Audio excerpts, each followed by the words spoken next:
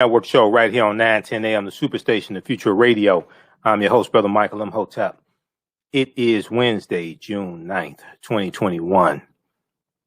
And we are live. Hope everybody's doing well. Calling numbers 313-778-7600.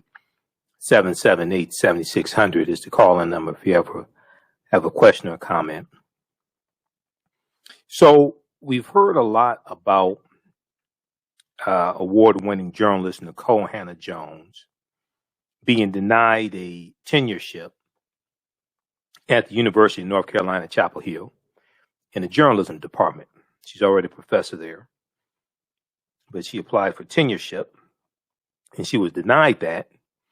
And the board succumbed to pressure from conservatives because of who are against and protesting against the 1619 project from the New York Times that she spearheaded.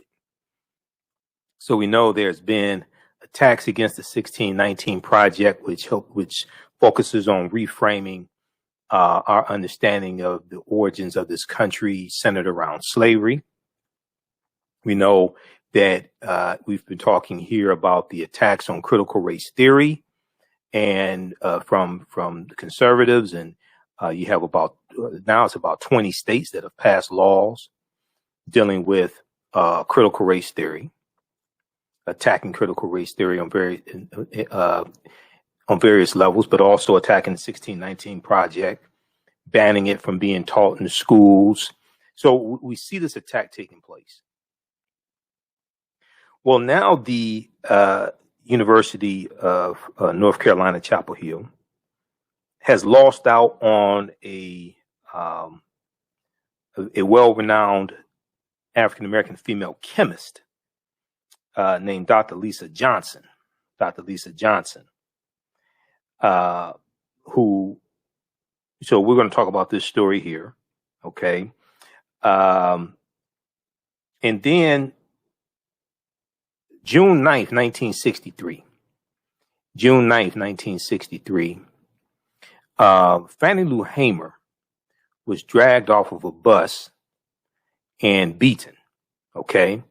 On June 9th, 1963, while returning from a voter registration workshop in South Carolina, Fannie Lou Hamer was arrested and beaten in Winona, Mississippi, after sitting at a white-only lunch counter. So we're going to talk some about that as well in Fannie Lou Hamer. That happened June 9th, 1963. Okay, so on the African History Network show, we focus on educating, empowering, and inspiring people of African descent throughout the diaspora and around the world. Because right now it's corrects wrong behavior. What you do for yourself, what you do to yourself, and what you allow other people to do to you and get away with is based upon what you think about yourself. What you think about yourself is based upon what you have been taught about yourself. What you've been taught about yourself is based upon everything you've read, heard, and seen about yourself. So when you control the radius of a man or woman's thoughts, you can control the circumference of his or her actions, because the mind can't do or teach what it doesn't know.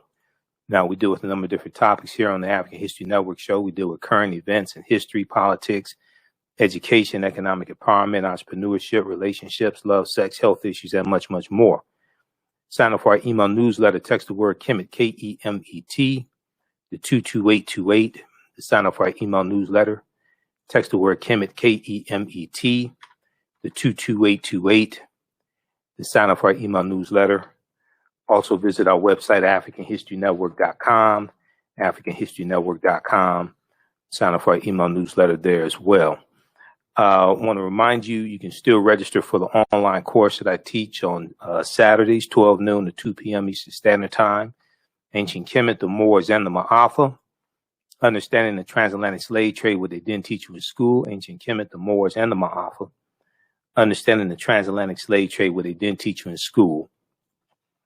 This is a 9-week, well, now it's 10 weeks. I had to add an additional week because we're going to have Dr. David Imhotep speak to the class.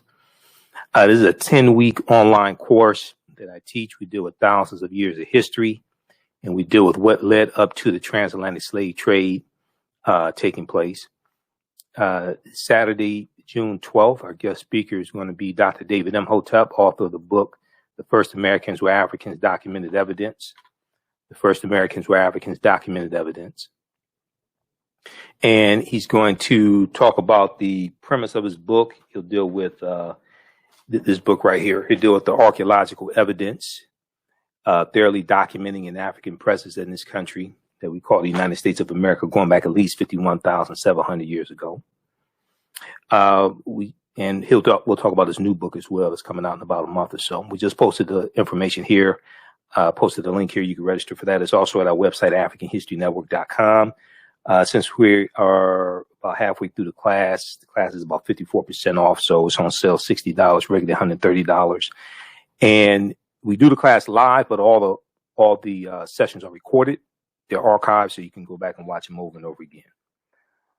Okay, so I want to get into this first story here, and we've heard a lot about this. I know they talked about it on Roland Martin Unfiltered. They talked about it on MSNBC.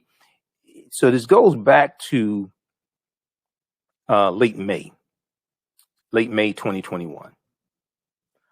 NBC News has an article here dealing with University of North Carolina, Chapel Hill, denying tenureship to Nikole Hannah-Jones. Now, this is her alma mater also.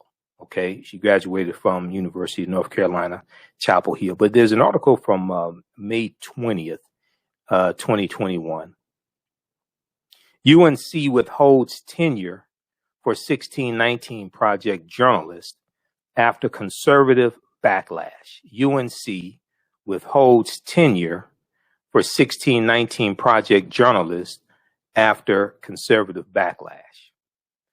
And once again, we see these attacks all across the board. They're not isolated. We see the attack being telegraphed in the rebuttal speech. In the rebuttal speech that Senator Tim Scott delivered on Wednesday, April 28th, the rebuttal speech to the speech that Joe Biden delivered to a joint session of Congress. And, you know, we talked about that speech numerous times here on this show, and we broke it down because people don't understand. Many people don't understand the speech. It was a rebuttal.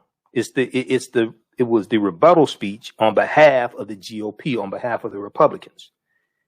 But if you go through and analyze the 15-minute speech that Tim Scott delivered, it shows you the ideology and the policies of the GOP, and it shows you what's coming.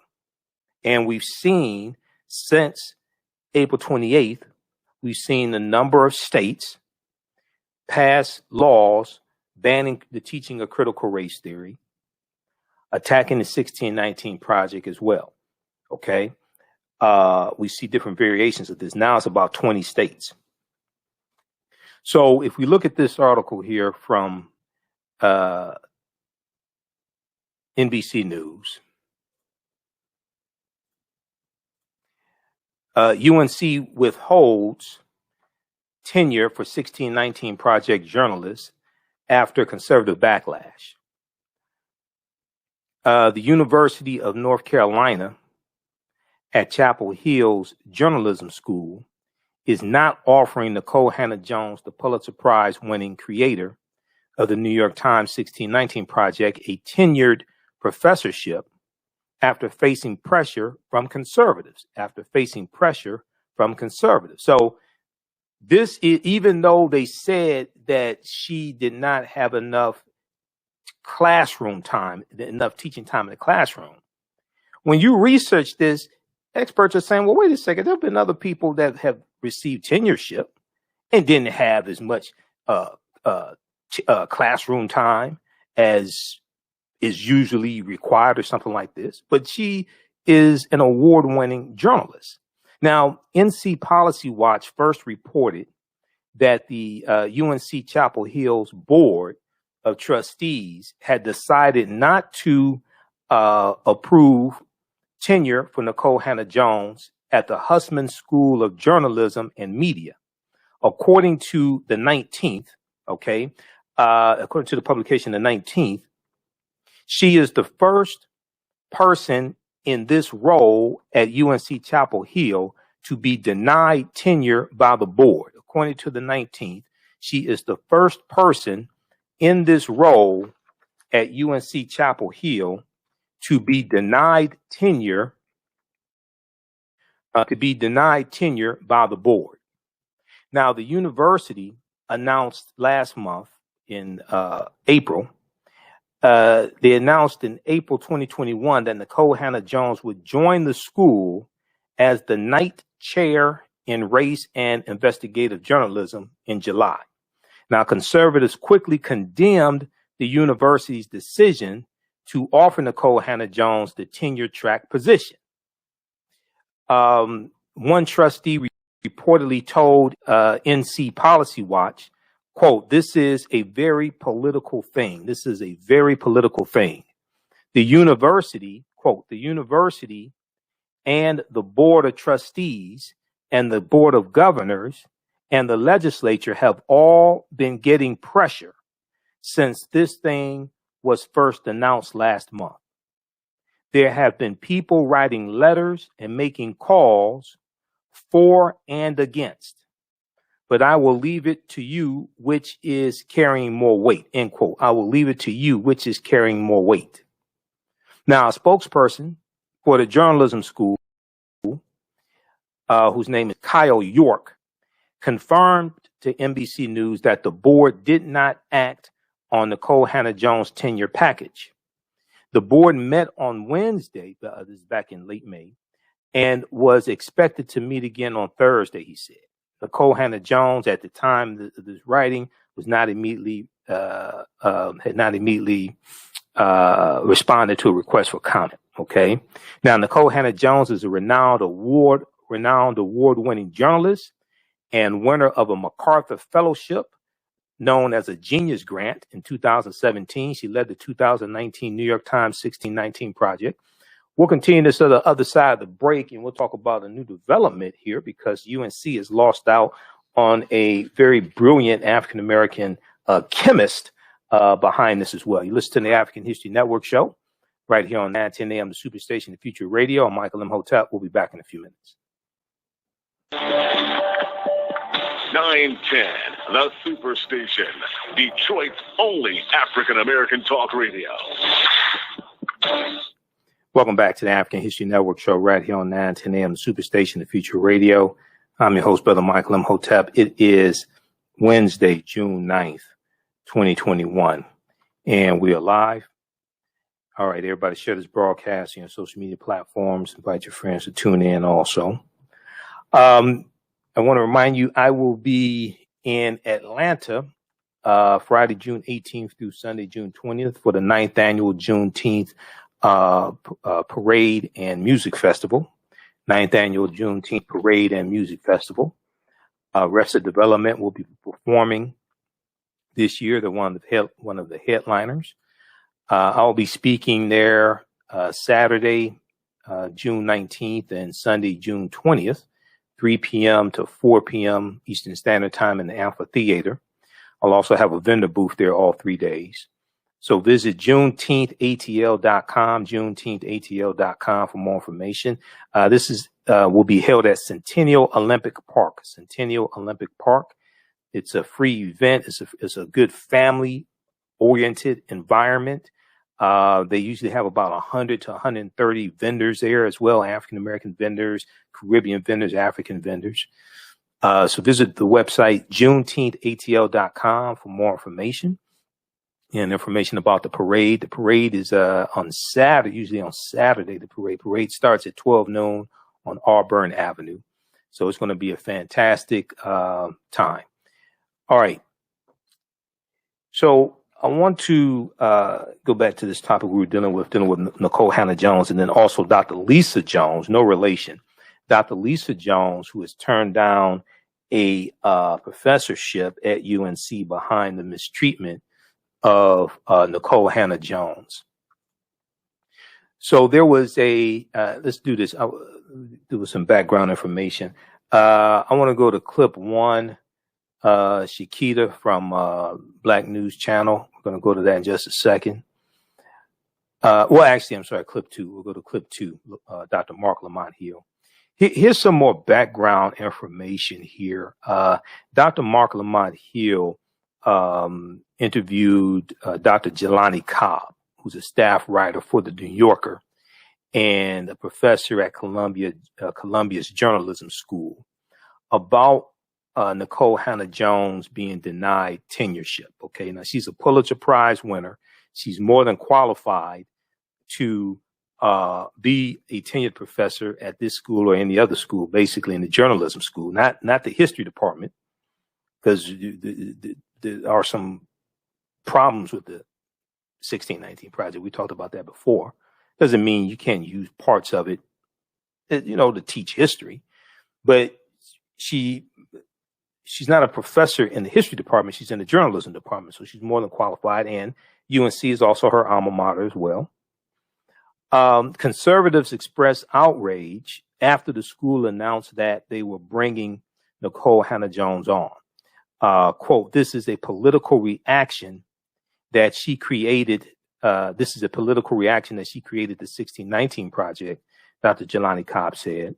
The idea that racism is not central to the American society, the American establishment, is absurd, end quote. Let's go to this clip, Shakita.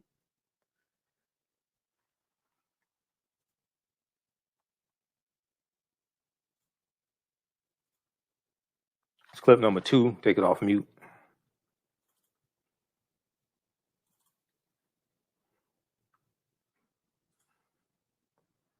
Follow the battle brewing at the University of North Carolina, where Pulitzer Prize winning MacArthur genius Nikole Hannah-Jones of the New York Times 1619 Project has just been denied a tenure position by the school's board, despite approval from faculty and the tenure committee. The news has led to an outpouring of support for Hannah-Jones, who joins a growing list of accomplished Black scholars and Black public figures attacked by the right. This is a fascinating moment.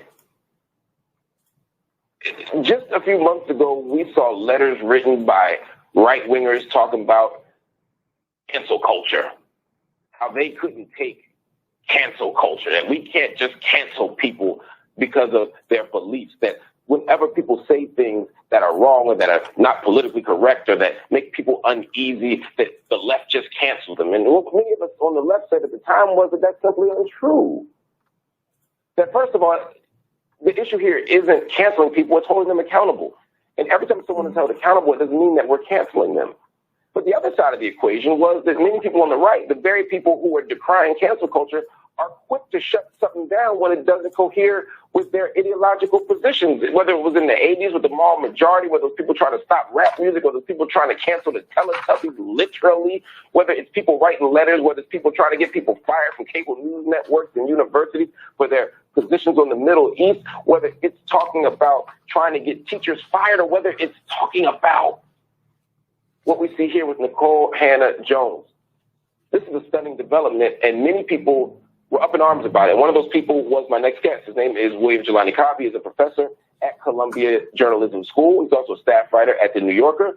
And he was one of the first people to tweet and respond to what happened to Nikole Hannah-Jones. Jelani, good to see you, man.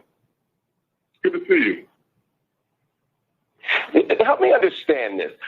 Nikole Hannah-Jones is a Pulitzer Prize winning journalist, a MacArthur Genius Award winner, one of the most celebrated writers, certainly the last couple of years, certainly as a journalist. Let me say one more thing.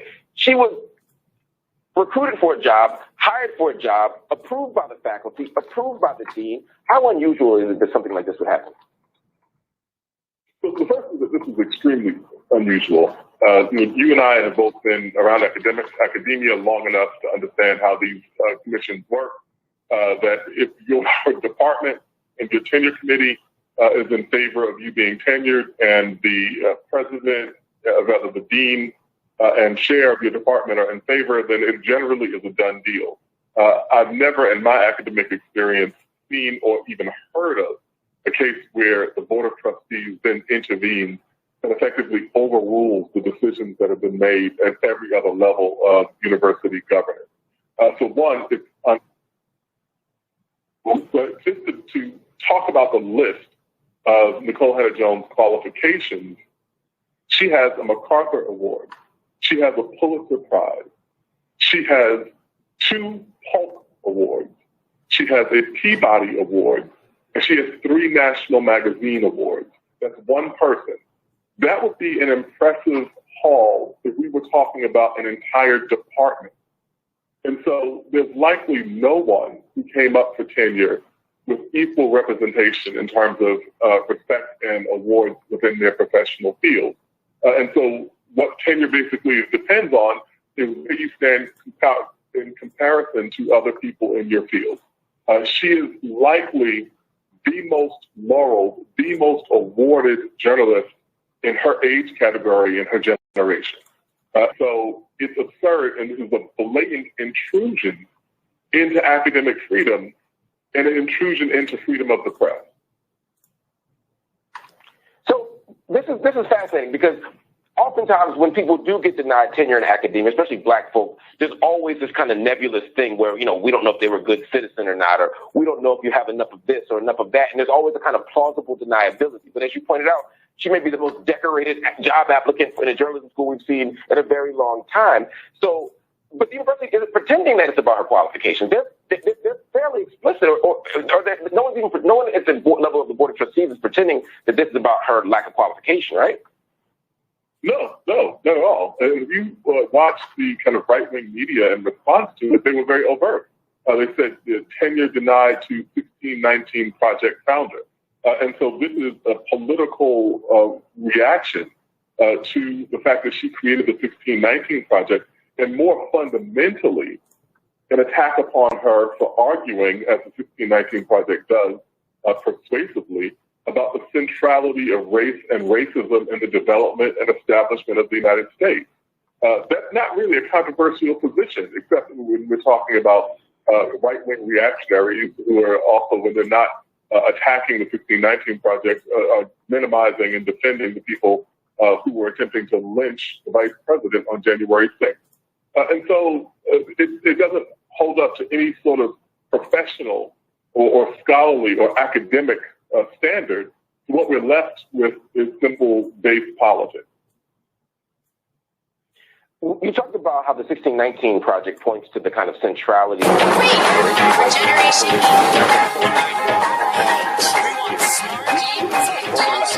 The right go nuts about critical race theory too. We see legislation against critical race theory. I had a guest on here a couple of weeks ago who said that if he's elected governor of Georgia, he's going to ban critical race theory on his first day in office, even though he didn't know what it was. What's going on in the country right now that gets us to this place? Well, I mean, it's the spirit of Trump, effectively. If you don't know what it is, it must be evil also. It's the kind of place where ignorance operates in the position that knowledge usually is. It's like an old joke saying, I don't know what those words mean, but I must take it to mean you're insulting me. And so critical race theory is decades old. The founding scholars in this field are near retirement, some of them. And so it's not, I guess it takes a while for people to catch on to ideas. But this is not some sort of novel academic development. It is a well-entrenched and well-established part of the intellectual and theoretical underpinnings of now at this point multiple fields. They started out in law schools that have been applied to lots of different ideas as it relates to understanding how our society works. And so the other point of it is that the idea that racism is not central to the American society and American establishment is absurd. But it also is the logical extension of the kind of denial we see with kind of the efforts to refurbish the Confederacy, to talk euphemistically about the campaigns to maintain slavery in the United States and say it was about this constitutional abstraction called states' rights.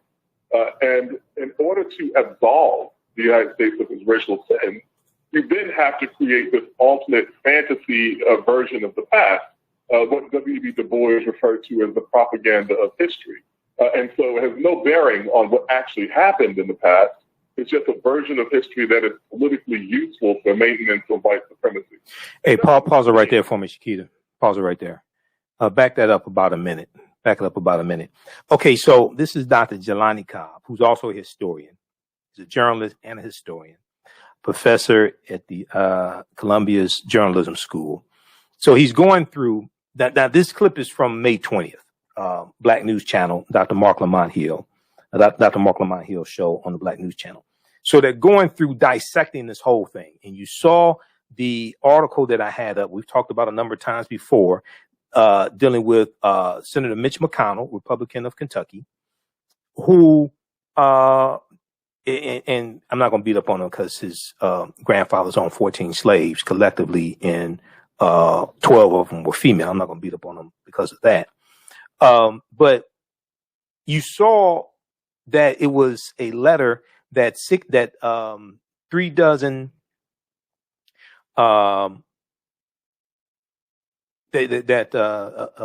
you had about 36 Republicans who sent to the new Secretary of Education, Miguel Cardona.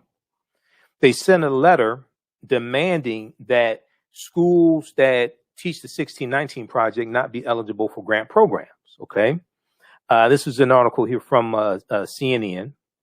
We've talked about this before on the show. McConnell sends letter to Education Secretary demanding removal of the 1619 project from federal grant programs. Okay. And let me pull this article back up here. So we see this whole attack. Now, what Dr. Jelani Cobb is talking about is dealing with revisionist history. This ties into the whole lost cause, revisionist history of the Civil War and of the Confederacy, and rewriting history, saying that the Confederacy, they separate from the Union because of states' rights. No, because of slavery. They wanted to maintain slavery. And when you read their statements of secession, they make it clear.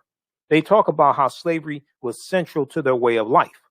So you had conservatives on UNC's board who are blocking the tenureship of Nikole Hannah-Jones. But this is much bigger than an African-American woman having a job at a white institution. This deals with this whole culture war that's taking place and shutting down of history that contradicts what a lot of white people want to hear. Okay, that's what this ties into. So if we look at this article here from CNN.com, McConnell sends letter to Education Secretary demanding removal of the 1619 project from federal grant programs. Senate Minority Leader Mitch McConnell is wading into the culture wars Friday morning. Now, this article is from Friday, April 30th, 2021.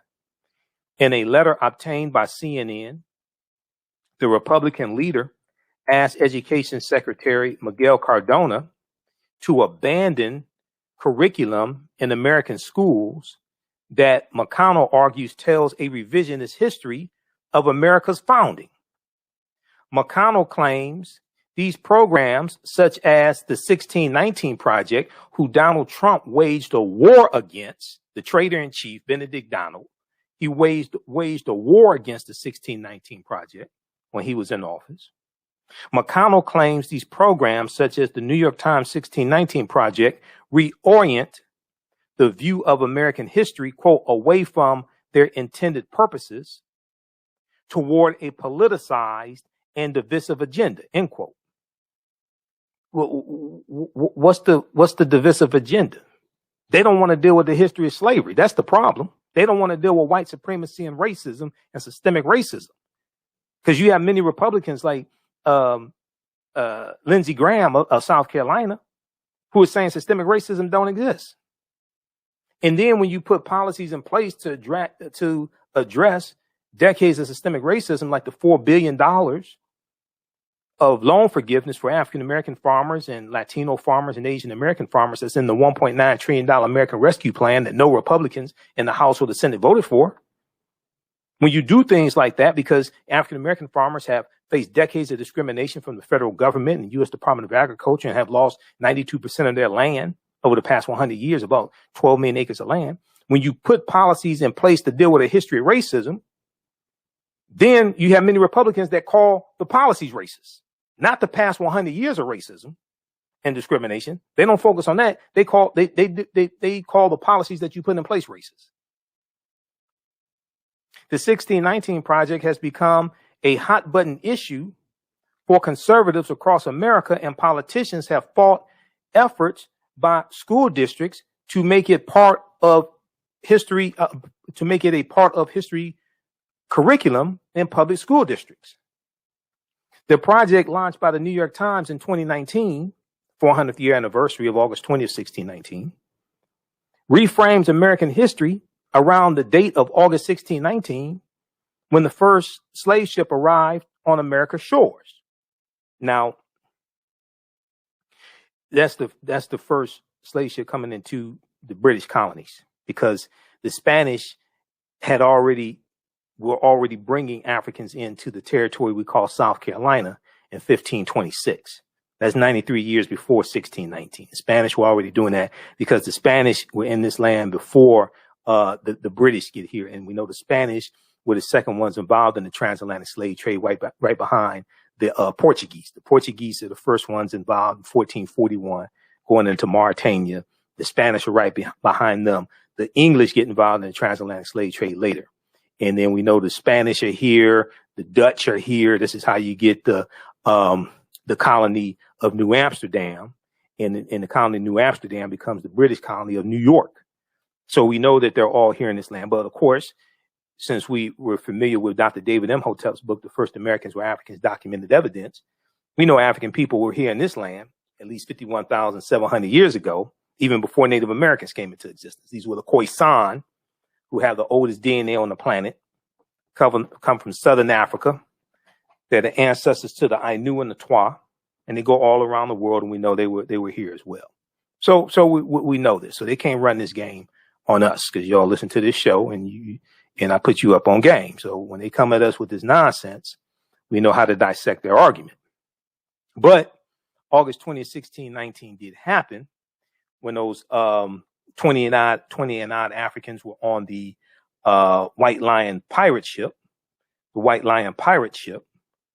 and they are exchanged for food and water and supplies in Virginia. It was actually Hampton, Virginia. It wasn't Jamestown. It was actually Hampton, Virginia. So the project, 1619 Project, launched by the New York Times in 2019, reframes American history around the date of August 20th, 1619.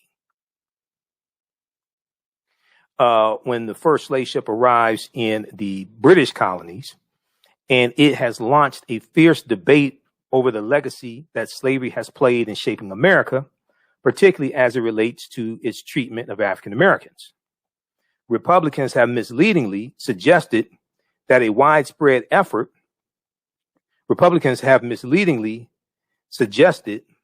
there are widespread efforts to install the program in schools across the country. Former President Trader-in-Chief Benedict Donald made it a rallying cry during the 2020 election, while some states like California have used the 1619 Project as part of their learning plan. The federal government has not directly instructed or promoted schools to use it, as it does not play a role. The federal government does not play a role in specific curriculum planning in local schools. Those decisions are largely made at the state level. Okay. So a lot of this whining and crying that Republicans are doing, that the GOP is doing over critical race theory, over the 1619 Project, a lot of this is much to do about nothing. This is designed to galvanize support from their dying base, from their shrinking base. Okay, this is designed to galvanize support, because they don't have any policies to really help their own people. Okay, when you look at it, they were against the $1.9 trillion American Rescue Plan. They were against cutting childhood poverty by 50%. That's in the $1.9 trillion American Rescue Plan. The $2 trillion infrastructure bill, they're against that. They want a lot less in the infrastructure bill. They don't want to close the $1.4 trillion Trump tax cuts. Okay, they gave most of the benefits to the top 1%. They don't want to close that. Okay, when it comes to police reform, all right, they don't go as far as Democrats want with the George Floyd Justice and Policing Act. Okay, they don't go as far as there. Now they may be. I'm hearing reports that they're close to a deal between Democrats and Tim Scott in the Senate on the George Floyd Justice and Policing Act. We'll see what they actually come up with. Okay, but the other thing is, and some people have talked about this, but even if they come to an agreement, Tim Scott representing Republicans and Karen Bass and Senator Cory Booker represent Democrats, even if they come to an agreement, you still need 10 Republicans in the Senate to vote for the George Floyd Justice and Policing Act. I don't know of 5 who are going to vote for the bill. You need 60 votes. Who are the 10 Republicans that are going to vote for the bill? Besides Tim Scott, you need 9 Republicans. Where are they? This is the whole thing with Joe Manchin. This is why, on Roland Martin show today, he said Joe Manchin's full of sugar, honey, iced tea. Joe Manchin is talking about he's against the For the People Act, but he can't tell you why. He said it's not. He said it's not bipartisan. No Republicans support it. Well, no Republicans supported the American Rescue Plan, but you voted for that. So when you go through and look at Joe Manchin's argument, he's lying. Joe Manchin is lying. And when you look at the report that Rachel Maddow did a couple of nights ago on the Rachel Maddow show, she goes through and shows a poll out of West Virginia.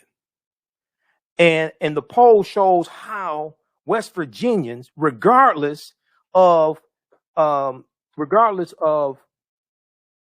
race or regardless of whether they are Republican or Democrat, they overwhelmingly support Joe Biden's policies because they know it's going to be beneficial for them. Okay, if you look at this one right here quickly, we'll go back to this clip here from Black News Channel. But see, this is an example of how elections have consequences. Now, Joe Manchin is not the only Democrat that's against the For the People Act. There's a few others, but overwhelmingly, Democrats in the Senate support the For the People Act. Okay. Now, Joe Manchin said he said there's 7 Republicans that oftentimes vote with Democrats, right? But you're going to need 10 Republicans. 7 is not 10. So even if you got 7 Republicans, even if you got Mitt Romney and Lisa Murkowski and you got Susan Collins, even if you got 7, you're at 57. You need 60. You still lose. He's lying. So if we look at this one right quick, and we'll go back to the clip. Don't worry. For the People Act, West Virginia likely voters. 81% of West Virginia Democrats support the For the People Act. 79% of independents support the For the People Act.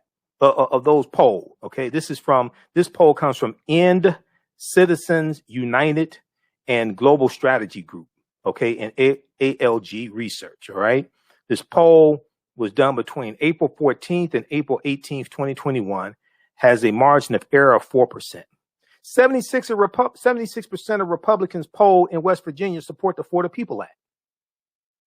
So when Joe Manchin says something like, people in West Virginia, people he represents, don't support this, you're lying. 76% of Republicans in West Virginia polls support the For the People Act. Then when you look at this right here, because I went through and pulled up these graphics, you look at how West Virginians, now keep in mind, see, West Virginia, African Americans only make up about 3 or 4% of West Virginia. So I don't think Joe Manchin talked to any African Americans in West Virginia. Okay, not any with any sense. When he says he's not for the People Act, then he says he'll support the HR 4, which is the John Lewis bill. Okay, the John Lewis Voting Rights Act. But you still need 10 Republicans for that. He can't name 10 Republicans that support the bill either. The John Lewis bill. If we look at this graphic here, West Virginia opinion on Biden proposals. They know Biden's proposals will help a whole lot of poor white people in West Virginia. They know this. Joe Manchin is full of sugar, honey, iced tea. He's lying. When we look at the American Rescue Plan, the $1.9 trillion American Rescue Plan, and because of the child tax credit, it's cutting child poverty in half. It's going to benefit a whole lot of poor white people in West Virginia that voted for Joe Manchin. 64% of voters in West Virginia poll support the American Rescue Plan. No Republicans voted for the bill. Okay, Joe Manchin voted for the bill. When we look at the American Jobs Plan, and Moody's Investments has said that the American Jobs Plan is the infrastructure bill. They said that bill is going to create 2.7 million jobs. 68% of West Virginians support Joe Biden's American Jobs Plan, the infrastructure bill. For the People Act, 79% of West Virginians polled support the For the People Act. Donald Trump won West Virginia in 2016 and 2020 by about 40 points. But they said, look, we know this bill is going to help us. Okay, regardless of race or what have you, regardless of whether Republican or Democrat or whatever, they say, look, we know this is going to help us. We're poor. We need help. And they know that Biden's plan is going to help them. So you have to ask Joe Manchin, your own people in West Virginia want these bills. So what are you talking about? All right, let's go back to. I'm going to go back to this article here from NBC News. Let's go back to the clip from the Black News Channel, Dr. Mark Lamont Hill.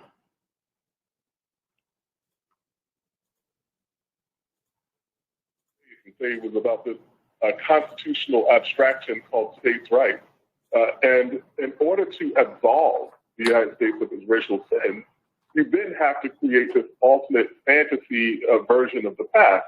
What W.E.B. Du Bois referred to as the propaganda of history. And so it has no bearing on what actually happened in the past. It's just a version of history that is politically useful for maintenance of white supremacy. And that's what we're seeing here. Somebody's going to say, why are y'all making a big deal about this? They still made her an offer as a practice professor. They gave her a 5-year contract. You know, I don't have a guaranteed job in my career. Why is this tenure thing a big deal? What do you say to those people? Yeah, I understand that. I understand why people would think that and why people would raise that question. But here's why it's important. There are professors who are doing the work. When we say that we want the real history and we want to teach the truth, that requires scholarship. And that requires people going out and digging up things that people don't want to know, or things that people want to keep buried. And tenure is meant to protect the scholars who are doing this work. If you want your children to learn the accurate story of the past, people are always asking me, do you teach the real Black history? Well, the people who produce the real Black history need the protection of tenure. And the effect of this may not be on Nikole Hannah-Jones. It may be on dozens or hundreds of younger scholars who don't have tenure, who will be going up for tenure, and who now are afraid that by doing their very important, diligent work, they will be liable to have their careers damaged in ways that may take years to recover from. Before you go, let me ask you one more question. I was talking about this right before you came on. There's a way that the right has been so outraged about cancel culture. There's some irony here. I mean, it seems to me that this is evidence that perhaps they're the ones doing the canceling. It's always been the case, though. That has always been the case. You know, when we have seen the attempt to shout down people in public for pointing out the inconvenient truths of American history, that wasn't us. And what they are reacting to when they're talking about cancel culture is the mere emergence of people who can now, through social media, have a counter voice, can now argue back. But they've been doing this since the time immemorial. Remember SpongeBob SquarePants when they went after him? There are all sorts of inanimate objects, ideas, fictional characters that the right has a list of that they've gone after themselves.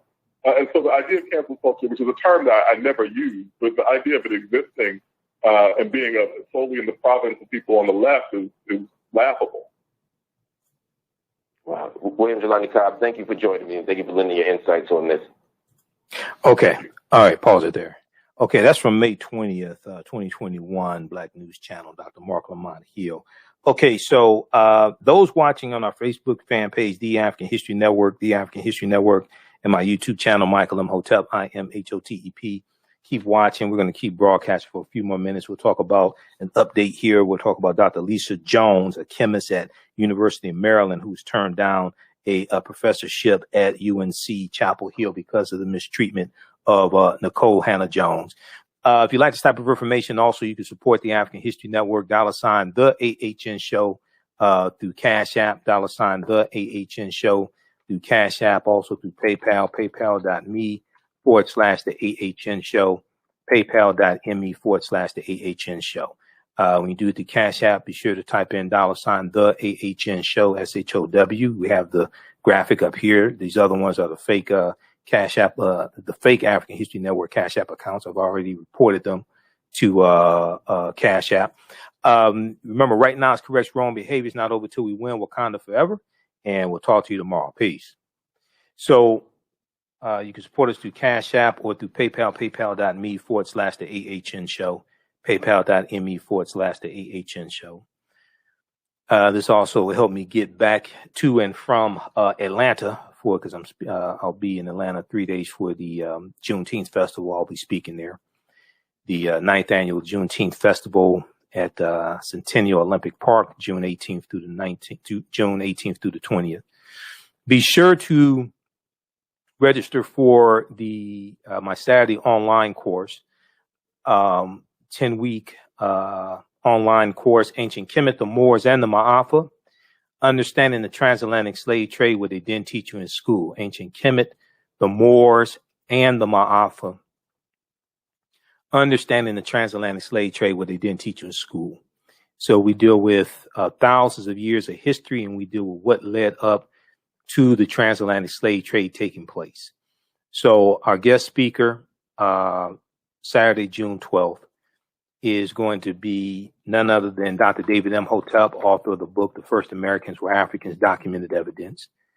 You know, I've interviewed him a number of times, but he'll be speaking in our online class. We have a slide presentation for you also, and he's going to deal with the evidence of an African presence in this land dating back at least 51,700 years, and in South America, at least 56,000 years ago. So the class is a 10-week online course that I teach. A few weeks ago, our guest speaker was archaeologist Nubia Wartford. She's an African-American female archaeologist. She did a fantastic presentation on the origins of ancient Kush and the African queens of antiquity, the origins of ancient Kush and the African queens of antiquity. So I do a PowerPoint presentation. We have book references, articles, video clips. It's interactive.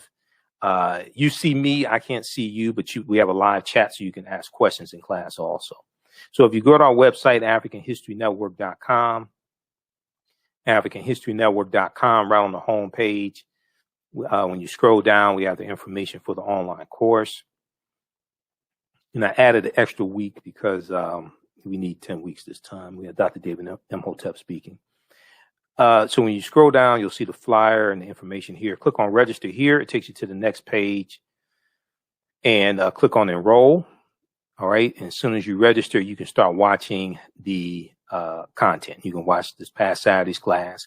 We do the class live. All the sessions are recorded. You can go back and watch them over and over again. You'll still have access to the course as well. You can, even after the course is over with, you'll still have access. Okay. So we posted the link here. You can register for that and start watching the content. All right. I want to go to this article here from 11 ABC News in North Carolina. This deals with an update to this story. And they talk about an African-American female chemist from the University of Maryland named Dr. Lisa Jones, who has refused a professorship at UNC because of the mistreatment of Nikole Hannah-Jones. Dr. Lisa Jones is a highly sought after professor, and she's turned down a faculty position at North Carolina's flagship university because of the ongoing controversy with journalist Nikole Hannah-Jones. Black America Web also has a article dealing with this story, and Nikole Hannah-Jones did a tweet in support of Dr. Lisa Jones. UNC loses out on leading black chemist after Nikole Hannah-Jones' tenure debacle, as UNC continues to process the national blowback for denying tenure to award-winning journalist Nikole Hannah-Jones. An African-American professor and highly sought chemist declined a position with the university. There was a tweet here from, let me scroll down here. Okay, we have a letter. There's a tweet here from Nikole Hannah-Jones, Ida Bay Wells on Twitter. Let me see. Let's pull this up. Let me pull up this tweet.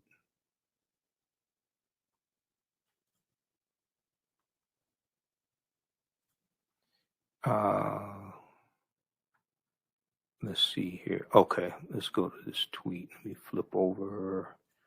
We have it up.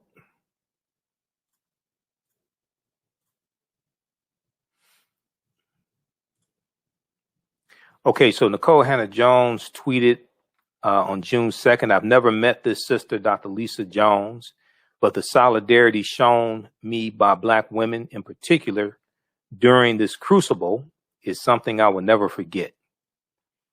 And okay, it's the letter here that I think this is the letter that Lisa Jones wrote to UNC.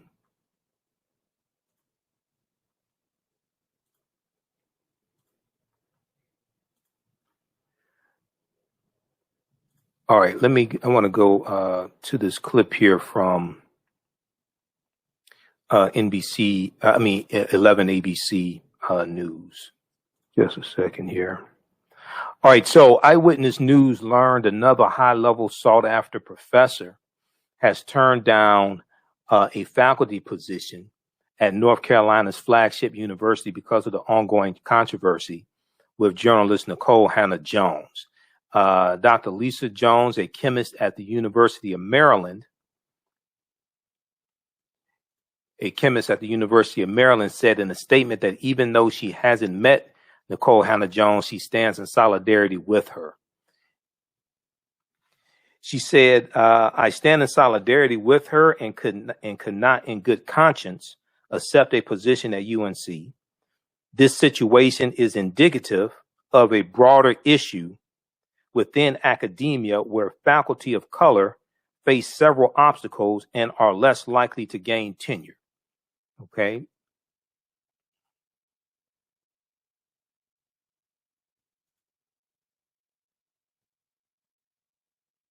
Let me see here. I'm trying to start this from the beginning.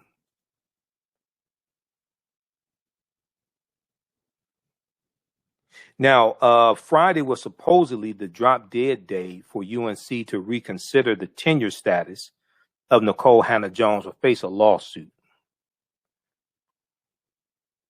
One professor here told me this whole situation has been stressful, it's taken away from their true academic mission. This is we're learning that Ms. Hannah-Jones has offers from several other institutions, academic institutions. Those positions come with tenure, and we're also hearing that the Board of Trustees tonight continues to consider her fate. It's a debate no professor wants its university to be involved in, not Deb Eichut. He's an associate professor at the UNC Hussman School of Journalism and has been since 1995. The school thrown into a frenzy for the last month over the fate of alum and journalist Nikole Hannah-Jones. This should be a plain and simple hire, and we can get on with our business of teaching. Tonight was supposedly the drop-dead date for UNC to reconsider the tenure status of Hannah-Jones or face a lawsuit. UNC saying, quote, they've responded to a letter from the NAACP Legal Defense and Educational Fund regarding Nikole Hannah-Jones's employment. We look forward to continued dialogue with her counsel. No university or no faculty or student at any university want their universities to go through a federal lawsuit once you can avoid it. Her case rippling down the faculty as University of Maryland chemist Dr. Lisa Jones decided not to take a job in Chapel Hill because of what's happened to Miss Hannah-Jones. Quote, this situation is indicative of a broader issue within academia where faculty of color face several obstacles and are less likely to gain tenure.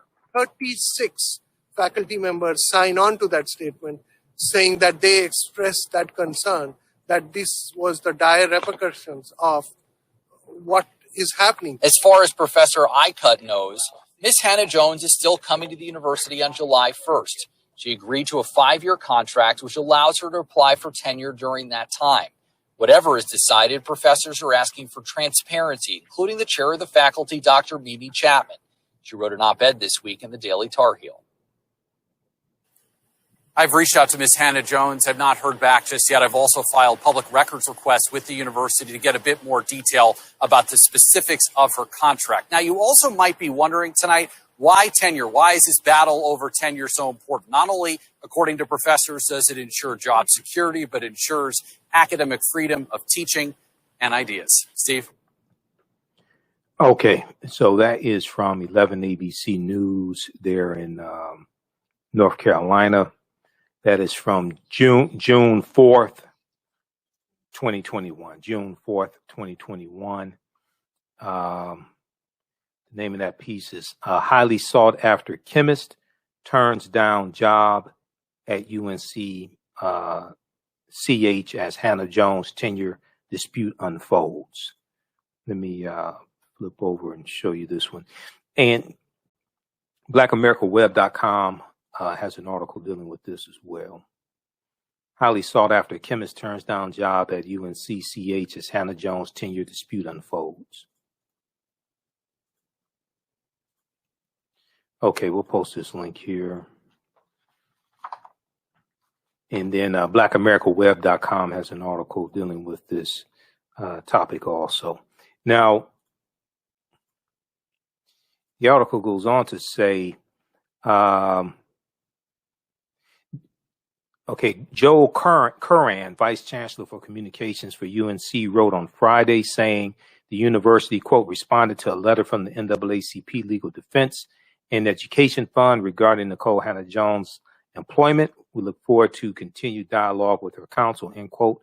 Okay, you can read the rest of that. Now, in the piece from Black America Web,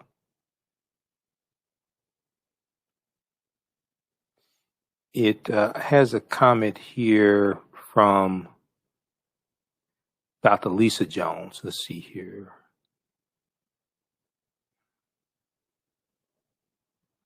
This is, reports show the chemistry department tried to lure Dr. Lisa Jones. Let me back up here. Citing the Board of Trustees' treatment of Nikole Hannah-Jones, Professor Lisa Jones, Dr. Lisa Jones, removed her name from consideration. Inside Higher Education reported Dr. Lisa Jones found the decision to defer tenure for Nikole Hannah-Jones, quote unquote, disheartening. She also took aim at UNC's alleged commitment to diversity. She also took aim at UNC's alleged commitment to diversity. And let me flip over here. She also took aim at University of North Carolina's alleged commitment to diversity. She said, quote, it does not seem in line with a school that says it is interested in diversity, end quote, wrote Dr. Lisa Jones.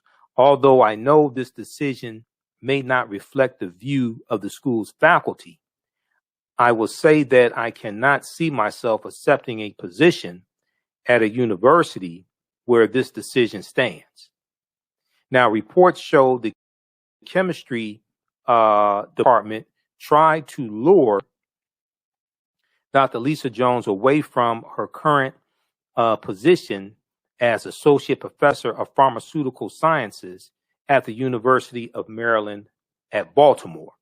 The chemistry faculty alerted the UNC chancellor to the negative impact on faculty recruitment.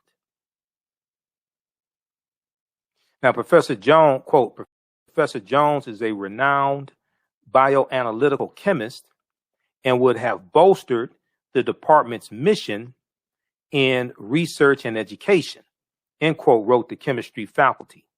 Her recruitment also aligned with the myriad diversity initiatives on campus, not least the supporting themes in the blueprint for next, end quote. Now, both highly qualified in their fields, Dr. Lisa Jones and Nikole Hannah-Jones would have added to the small poll of tenured Black women professors at UNC. Investigative data journalist Ali Ingersoll found that out of 622 tenured professors at UNC, only 8 were African-American women. Out of 622 tenured professors at UNC, only 8 were African-American women. That's kind of interesting because African-American women have the highest percentage. They have the highest percentage they are the group that has the highest percentage enrolled in college. Let me put it like that. That was from a studies like 9%. That was from maybe 8 years ago. TheRoot.com has information on that also. So that's very interesting. UNC has only, out of 622 tenured professors, out of 622 tenured professors, only 8 are African-American women. Now, investigative data journalist Ali Ingersoll also found that UNC, Duke, and North Carolina State University had little diversity within full-time tenured faculty. The tenured faculty at the 3 schools ranged from 74% to 79% white. North Carolina Central University, which is an HBCU, had the greatest faculty diversity. North Carolina Central University, which is an HBCU, had the greatest faculty diversity.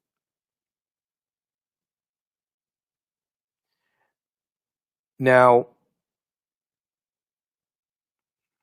let's see here.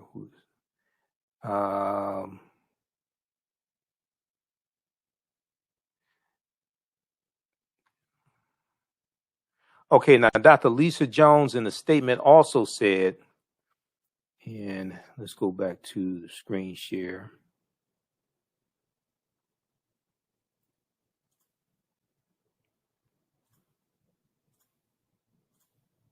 Dr. Lisa Jones also said in the statement, as a black woman who has built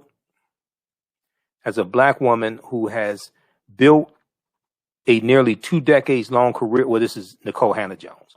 As a black woman who has built a nearly 2 decades long career in journalism, I believe Americans who research, study, and publish works that expose uncomfortable truths about the past and present manifestations of racism in our society should be able to follow these pursuits without risk to their civil and constitutional rights, without risk to their civil and constitutional rights, Nikole Hannah-Jones said in a statement last week directed at the controversy.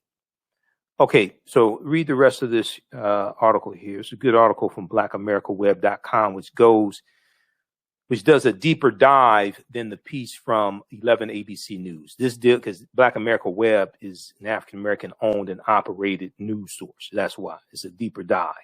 Okay.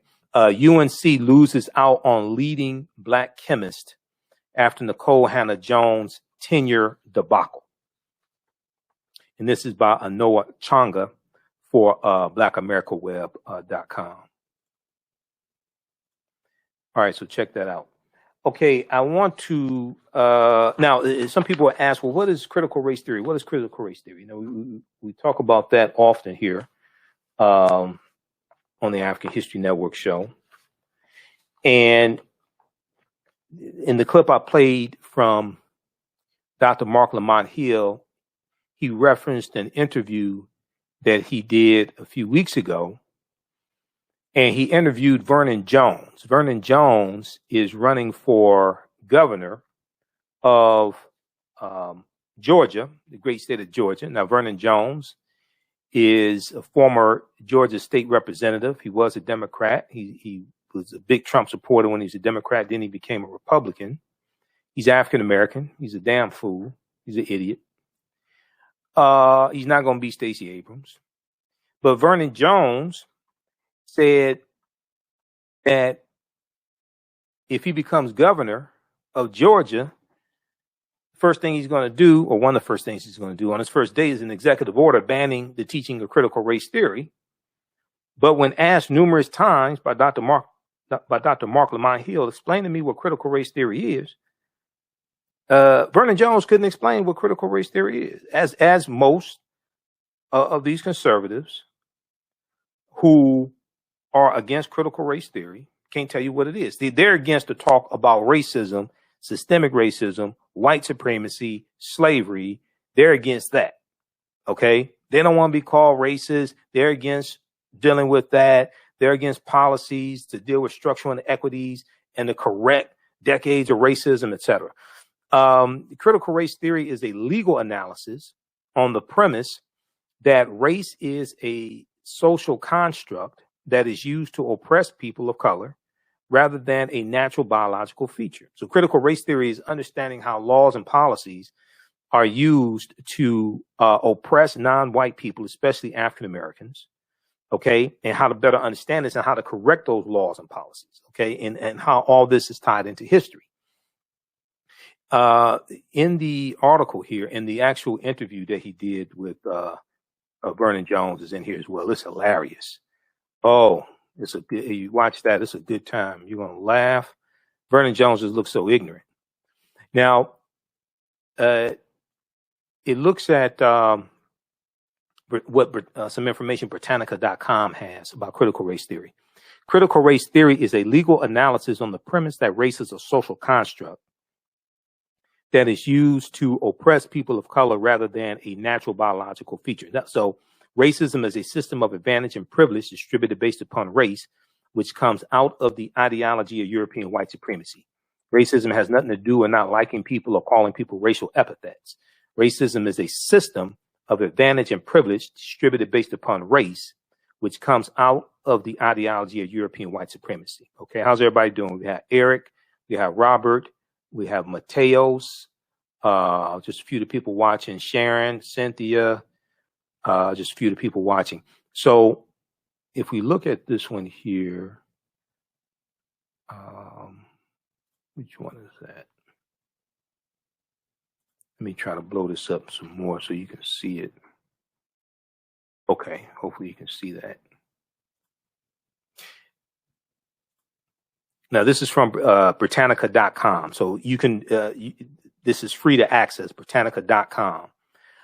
Critical race theorists hold that the law and legal institutions in the United States are inherently racist insofar as they function to create and maintain social, economic, and political inequalities between whites and non-whites, especially African Americans. Now, critical race theory is not about just going around calling people racist, and calling people names, things like this. No, it's understanding how laws and policies maldistribute wealth, power, and resources into the hands of non-white people and how these laws and policies oppress non-white people, especially African Americans. So it's not about name calling. It's not about trying to make people feel guilty. It's about understanding how this works so you can correct these structural inequities. Republican-led states such as Tennessee and Iowa have proposed and passed bills that ban the teaching of critical race theory at public universities, with legislators saying it's un-American. All right. Now, even though critical race theory is not taught in K through 12, it's usually not even taught in undergraduate schools. It's usually taught in graduate schools and law schools. Okay. It's a legal analysis. Now, a couple of days ago, we dealt with this story from Fox News. University professors hit back against opponents of critical race theory. You remember that story. University professors hit back against opponents of critical race theory. Okay. And we'll bring up this article again.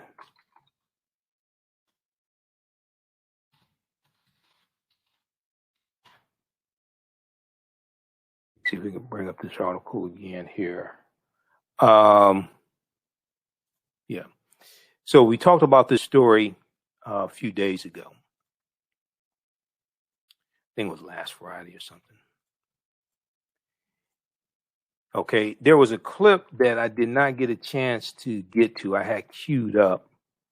We ran out of time. Okay, this story here from Fox News. University professors hit back against opponents of critical race theory. And it in this clip here, you hear two of the leading scholars on critical race theory. Law professor Kendall Thomas, who's a law professor at Columbia University, and Marvin Lin, a professor at Portland State University. Okay, so you can watch the video that they have here in this article, where they go through and explain it. There was a clip from CNN, because I was doing research on that show, on that day's show, and pulling together different content, and I had more content than we had time. This is about a 5-minute clip here. This is from May 18th, 2021. What critical race theory is really about? What critical race theory is really about? This is from CNN. So we're going to go to this here in just a second. Let me cue this up. As critical race theory becomes increasingly politicized and attacked by Republicans, CNN's Jason Carroll explains what the concept is and what it isn't. And they speak with Kimberly Crenshaw, who's a pioneer in critical race theory and who actually coined the term critical race theory. Let's go to this clip.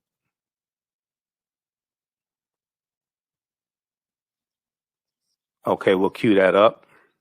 Stand by. Can you tell me what critical race theory is? No. Critical race theory? Critical race theory. No. No. I can guess. Guessing or not, across the country, a number of politicians are getting it wrong.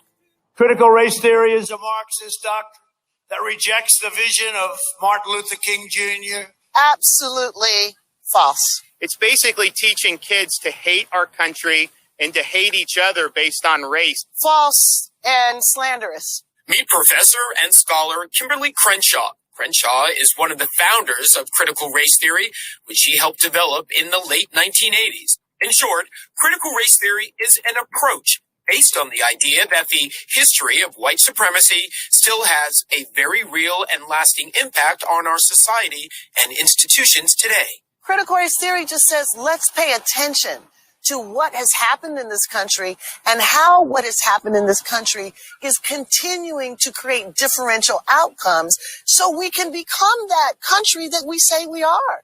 So critical race theory is not anti-patriotic. In fact, It is more patriotic than those who are opposed to it because we believe in the 13th and the 14th and the 15th Amendment.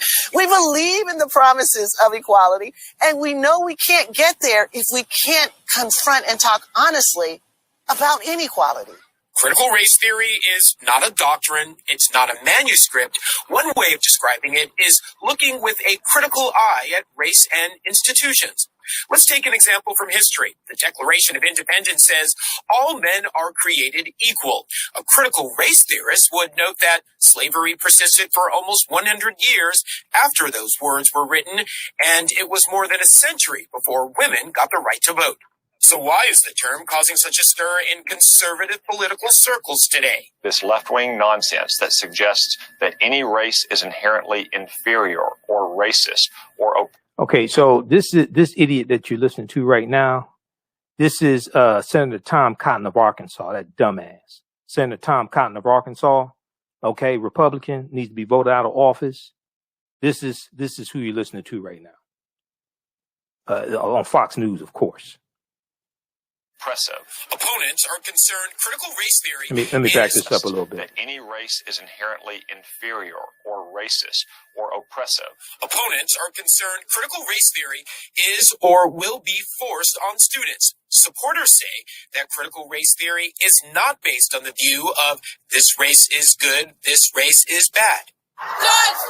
Supporters also say in the wake of protests and calls for racial equality in the past year, those unnerved by it are now using critical race theory as a catch-all term for everything related to race, politics, and education in this country. So says Princeton professor Imani Perry. I think this is the sort of post-Trump era way of inciting anxiety, fear, and actually trying to sort of elicit a hostility towards the progress that I think we've begun to make in just the last couple of months. To date, at least 8 states have taken steps to ban topics surrounding critical race theory without naming it, including Oklahoma. We cannot revert to 100-year-old thinking that a person is any less valuable or inherently racist by the color of their skin. To be clear, critical race theory does not say someone is racist because of the color of their skin. And it does not say anyone should be ashamed of themselves because of the color of their skin.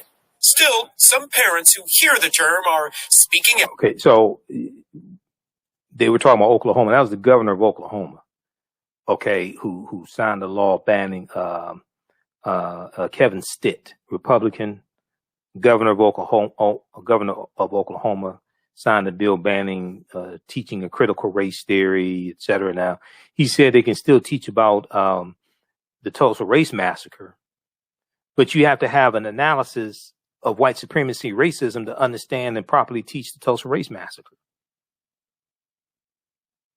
And, we talked about this here on this show because if we go back and look at which article, this one right here from NBC News. This article here dealing with little Kevin's bill that he signed into law, passed the state legislature. Teachers worry Oklahoma's ban on systemic racism lessons could put jobs at risk. Teachers worry Oklahoma's ban on systemic racism lessons could put jobs at risk. Oklahoma's new law, which does not specify consequences for teachers who violate it, is one of many across the country targeting the study of racism's legacy. Now, so today it's about 20 states that have banned critical race theory or different things like this, attacking the 1619 Project. This article here is from May 25th, 2021. Okay, read this article also. We've talked about that here on this show. Teachers worry Oklahoma's ban on systemic racism lessons could put jobs at risk. Let's go back to this clip quickly here from CNN.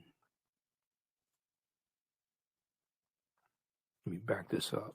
Critical race theory does not say someone is racist because of the color of their skin. And it does not say anyone should be ashamed of themselves because of the color of their skin. Still, some parents who hear the term are speaking out at school board meetings. Just because I do not want critical race theory taught to my children in school does not mean that I'm a racist, damn it. But Crenshaw says the theory is not about calling individuals racist, but looking at racism still ingrained in American institutions. And she says we have to talk about it. If this censoring of all conversation about racism is called racism. That's what this move is really about. It's really not about a theory. It's really not about what's in people's hearts. It's about an effort to shut down all conversation about the sources and the reproduction of racial inequality. Jason Carroll, CNN, New York. So as Dr. Jelani Cobb said in the interview with Dr. Mark Lamont Hill, see, white people for so long have had the power to just be able to shut down these conversations, right? And now they find that they can't do that as easily because of social media, et cetera. Now they find they can't do that. And what many white people want, not all of them, of course, not all of them. I mean, there are a lot of white people who are out protesting in summer 2020 regarding the killing of George Floyd and others and things like this, right? So I'm not talking about all white people, but many white people want African Americans to suffer in silence. See, this is what this is about. Many of them want African Americans to just suffer in silence. They don't want to hear about it. Okay, and that dealt with a lot of the blowback that Colin Kaepernick and other players in the NFL got for taking the knee, protesting silently. They didn't even want this, and so you had people attacking them and Donald Trump attacking them, etc., for protesting silently against racism and police brutality and white supremacy, things like this, taking the knee during the national anthem. Now, Donald Trump doesn't know the words to the national anthem. Donald Trump's one of the biggest traitors in the history of this country. Okay. So, and also taking the knee is a sign of respect in the military. That's where taking the knee came from. Comes from the military. Nate Boyer, who's a former NFL player and former Green Beret, met with Colin Kaepernick and Eric Reed and gave them the idea of taking the knee as opposed to sitting on the bench to show, so it wouldn't, because taking a knee comes from the military as a sign of respect. So as a way to try to refocus attention on what their actual cause was, they switched from sitting on the bench during the national anthem to taking a knee. Okay. So check out this clip here. We just posted it from CNN. Name of this clip here. This is from May 18th, 2021. What critical race theory is really about? What critical race theory is really about? This is from CNN.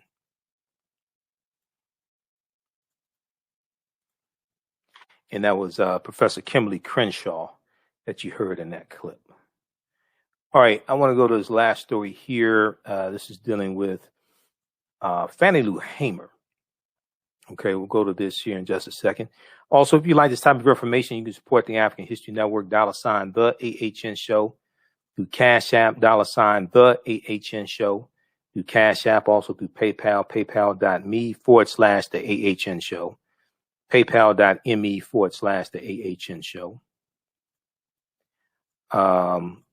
This also keep doing the research. We're here 6 days a week, Monday through Friday, 11 p.m. to 12 midnight Eastern Standard Time, Sundays, 9 p.m. to 11 p.m. Eastern Standard Time.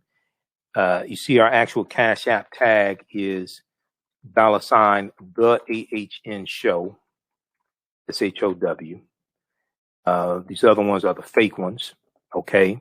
So if you donated money to the fake accounts, let Cash App know. There's an option in your app. Click on problem with payment and follow the prompts and let them know you send it to the fake Cash App account and that you're trying to send it to ours, $ the AHN Show, SHOW. Mine says Michael, and it shows my picture there. When you type in $ the AHN Show, SHOW. I've already Brady reported the fake ones to Cash App. I'm just waiting for everything to take its course. Okay. And then also, you can still register for the online course that I teach on Saturdays, 12 noon to 2 p.m. Eastern Standard Time. Ancient Kemet, the Moors, and the Ma'afa, understanding the transatlantic slave trade, where they didn't teach you in school. Okay, we deal with thousands of years of history, and we deal with what led up to the transatlantic slave trade taking place. This is a 10-week online course that I teach, and we do the classes live. All the sessions are recorded, so you can go back and watch it over and over again. Our guest speaker for our next class, Saturday, June 12th, will be Dr. David Imhotep, author of the book, The First Americans Were Africans, Documented Evidence. Author of the book, The First Americans Were Africans, Documented Evidence. He'll talk about the premise of his book, the African presence in the Americas, going back tens of thousands of years. And he'll deal with some information in his new book also. We got some slides that we'll show you as well. So this is Saturday, June 12th, 12 noon to 2 p.m. Eastern Standard Time. Okay. Here is a clip of, do we have this clip here? Hold on. We'll go to Fannie Hammer in just a second.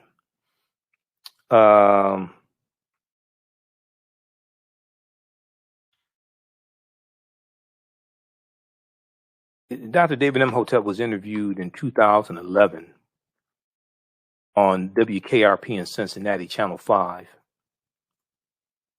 If you're old enough to remember the TV show from the late 70s and early 80s, WKRP in Cincinnati, there really is a WKRP in Cincinnati. And he talked about the premise of his book.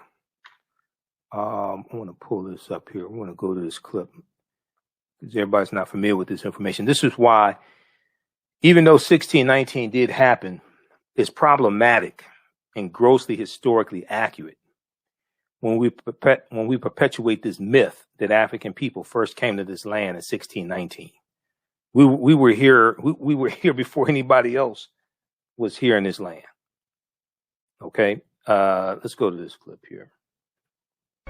Okay, we learned a lot in school about 1492, Columbus sailed the ocean blue and all that stuff. But you know what? There were Africans before Columbus, and we've got Dr. David Imhotep to tell us his history lesson that we need to know. Welcome, Dr. Imhotep. And I should say, you have a PhD in ancient African history. That's correct. And that's kind of unusual. Yes, it is. Yeah. So congratulations on that. Thank you very much. Yeah. How did you get interested in this area?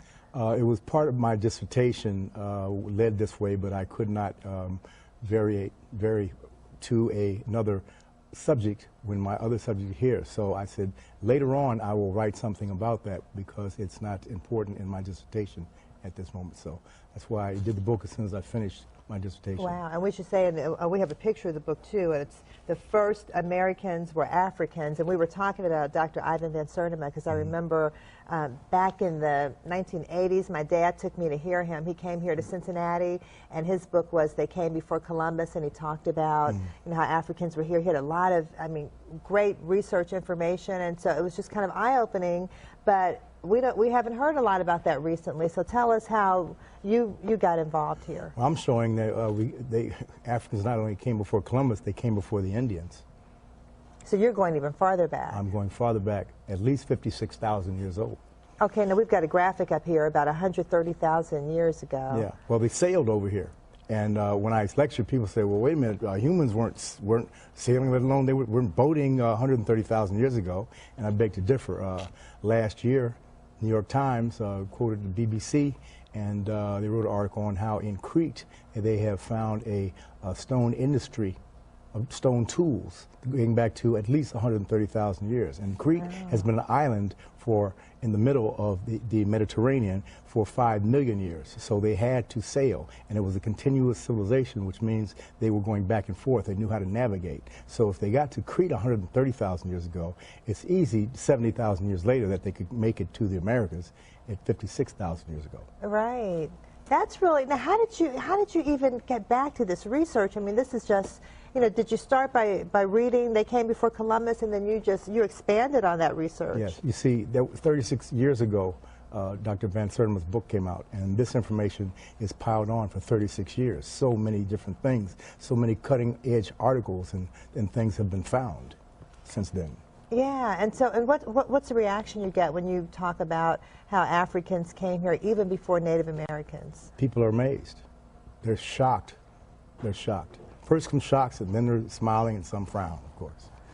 And then, and what about the school systems? Because, have we gotten this information to the educational system? Not yet. The book has only been out for a month and a half. And what kind of feedback are you getting, though, when you go around and talk about this? I mean, I'm assuming you're doing lectures around the country. Yeah, well, I always bring my peer-reviewed articos. Okay. Because my thesis, which is the same as my title, The First Americans Were Africans, is backed up by 7, soon to be 8, peer-reviewed journal articles, which is the height of academia. Wow. And so you've got credibility. I mean, people can see this research. What do you think? Do you think this is going to change history at all? Well, for hundreds of years in Europe, people thought the world was flat, and it took a while for them to be able to say the world was round in order to go out there and navigate and see that it was indeed round. So it's going to take a little while for them to get around this, but it will happen. Well, and tell us a little bit about these Africans who came before the Indians, before Columbus. Okay, they came here, and they were first. They came to Pedro Fiorita, which is northeastern Brazil, and you'll see that that's the closest point from Africa to South America. And by canoe, a fellow, a navigator who was a doctor, wanted to prove that it could be done just in a canoe, and he set out in a canoe with a supply ship, but it did not touch him. He had a canoe with no oars, no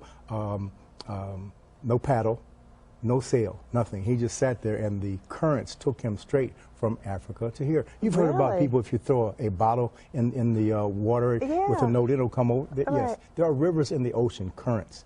And it took him 52 days only. So you put a large sail on that vessel, and you get here in less than a month. So it's definitely possible. We know that. It's physically possible. Absolutely. Yeah. And so what part of Africa were the Africans from who came to Brazil? Well, the DNA, the Genome Project found that the earliest ones, the ones that they found in Tierra del Fuego, in the very tip of South America, in 1874, 1876, were the short Africans, the Khoisan, who spoke with clicks, like that. The Gods Must Be Crazy did a movie on that. Yeah, I remember that, yeah. Yes. So they have about the Coca-Cola bottle that fell in, yeah. Yes, they have the oldest DNA and the oldest language on the planet, and they were all over. Oh, wow. All over all 3 Americas, as well as Asia. Well, have they done any DNA tests in Brazil to see that? Yes, they have. The Genome Project went all around the world. There are 100,000 people participated. Wow. Taking DNA swabs. And so first we know that it's possible to get over here by canoe, and second of all, the DNA from that group of Africans is in Brazil. The most important thing, not to forget, to ask me, well, I will tell you that, where do the Native Americans come from? Well, we've always been taught that they came across the Bering Straits from Asia. This is true, but they did not come until 3000 BC. There's no evidence of them coming before 3000 BC. So for 53,000 years, there were nothing but Africans in North, Central, and South America. Wow. When they come over 3000 BC, those two groups, the Africans and the Mongolians, get together, the Asians, get together, and their children are the Native Americans. Wow. This is why the Native Americans do not look Chinese. They are a little different than Chinese. Right. Oh, that's, you know what, I mean, we need to learn. It makes a lot of sense, Yes. Dr. Imhotep, and we need to learn our history. All right, so that's a clip. That was an interview from 2011. Dr. David Imhotep did. That's on YouTube, so you can check it out. Name of that clip, Dr. David Imhotep, PhD, is interviewed by Channel 5 TV WKRP in Cincinnati. That's on his YouTube channel, actually. Okay, let me post a link here. And this is an article from face-to-faceafrica.com. This is about the Khoisan, who have the oldest ethnic group Africa's oldest ethnic group. They have the oldest DNA on the planet. Africa's oldest ethnic group fights to keep ancestral land away from Amazon reach, away from Amazon.com. Okay. This article is from June 4th, 2021. June 4th, 2021 from face-to-faceafrica.com. So check out this article. It talks about the Khoisan, Khoisan. Amazon is looking to build its new African headquarters in Cape Town, South Africa, in a project that will take between 3 and 5 years. However, the land on which the multi-billion-dollar corporation seeks to put its edifice belongs to the local Khoisan people, reputed to be the oldest existing people in the world. Reputed to be the oldest existing people in the world. These are the Khoisan, the ancestors to the Ainu and the Twa, the short-statured Africans. These were originally the short-statured Africans. So read this article here. This is who Dr. David Imhotep was talking about in the interview there. Okay. And he deals with them in his book, The First Americans Were Africans, Documented Evidence. They were also the first people in the Philippines as well. All right, so he'll be our guest speaker in my online class on Saturday, June 12th, 12 noon to 2 p.m. Eastern Standard Time. So you can register for that, and we have it on the homepage of our website, AfricanHistoryNetwork.com also. All right, I want to go quickly here to this next story, and we'll deal with this. We may talk about this some more on tomorrow's show because we're out of time here. This deals with Fannie Lou Hamer. So June 9th, 1963, Fannie Lou Hamer was beaten, dragged off of a bus and beaten. Okay. And I've talked about Fannie Lou Hamer before. I deal with her also in the online course that I teach, Ancient Kemet, the Moors, and the Ma'afa, Understanding the Transatlantic Slave Trade, what they didn't teach you in school. Let me see here.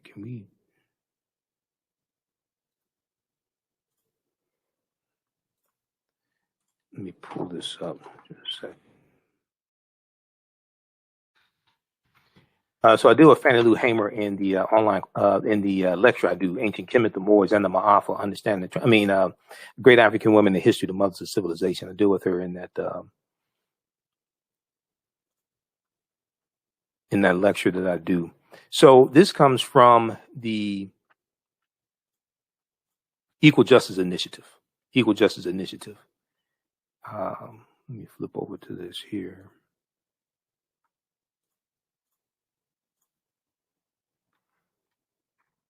June 9th, 1963. Fannie Lou Hamer arrested and beaten in Winona, Mississippi. So on June 9th, 1963, Fannie Lou Hamer and other civil rights activists were arrested in Winona, Mississippi while returning from a voter registration workshop in South Carolina. Fannie Lou Hamer and the other activists had been traveling in the white section of a Greyhound bus, despite threats from the driver that he planned to notify local police at the next stop. And let's see, let me close this out here. Try to pull up a picture.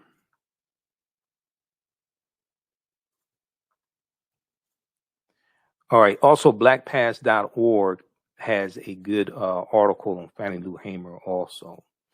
And she was a victim of forced sterilization when she was young in Mississippi. She was like the youngest of 19 or 20 children. And she grew up on a plantation.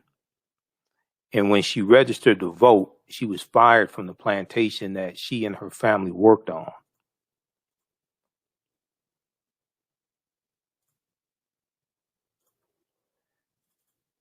Okay, let's pull this up here.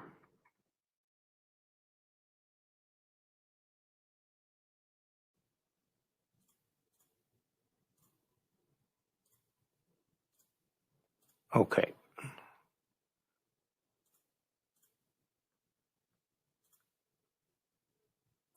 All right, so Fannie Lou Hamer and other civil rights activists have been traveling in the white section of a Greyhound bus, despite threats from the driver that he planned to notify local police at the next stop.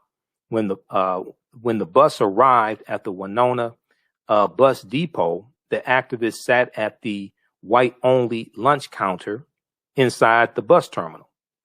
Winona Police Chief Thomas Herod, Herrod, ordered the group to go to the colored side of the depot and arrested them when one of the activists tried to write down his patrol car license number. Okay, one of the activists tried to write down the license plate number of the patrol car, and he got arrested.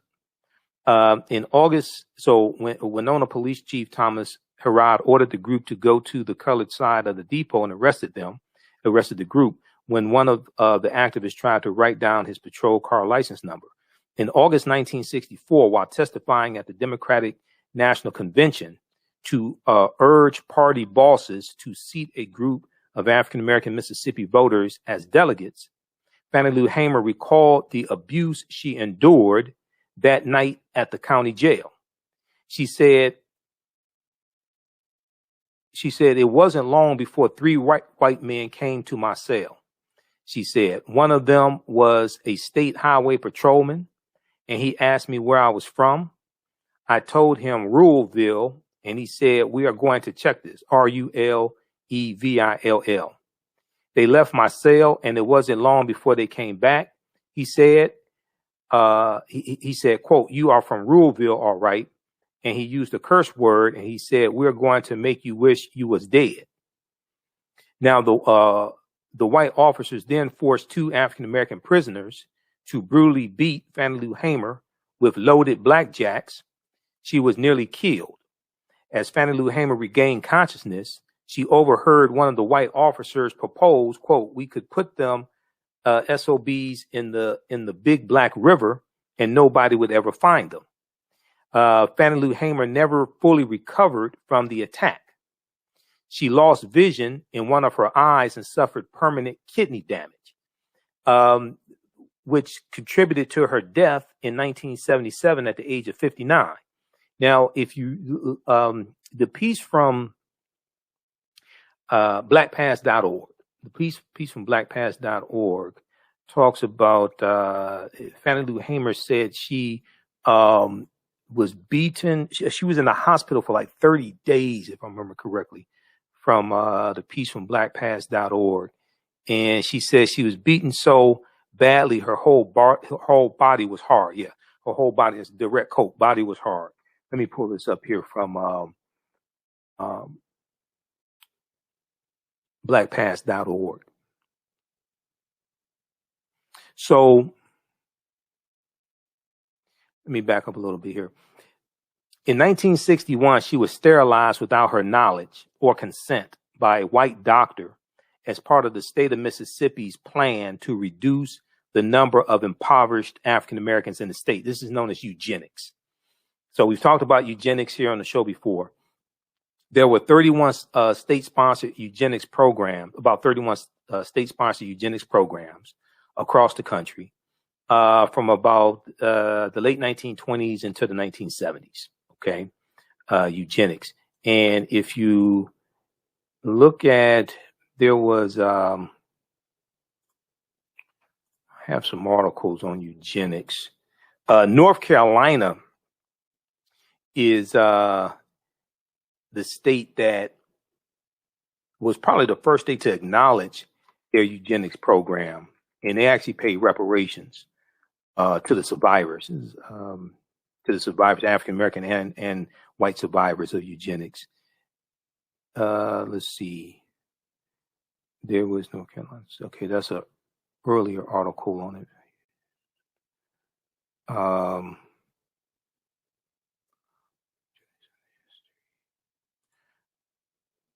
Let's see. There's a piece from NBC News here. I'm looking at what I have bookmarked.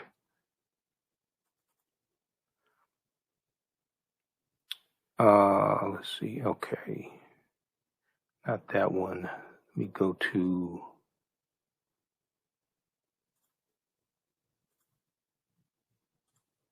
Let me try to get a.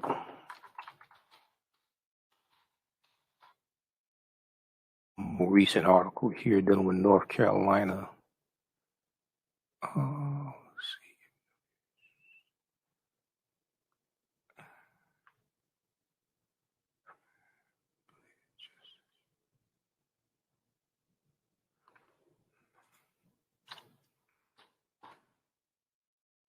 see. Yeah, it's on ABC News. Okay, if we look at this article here from ABC News.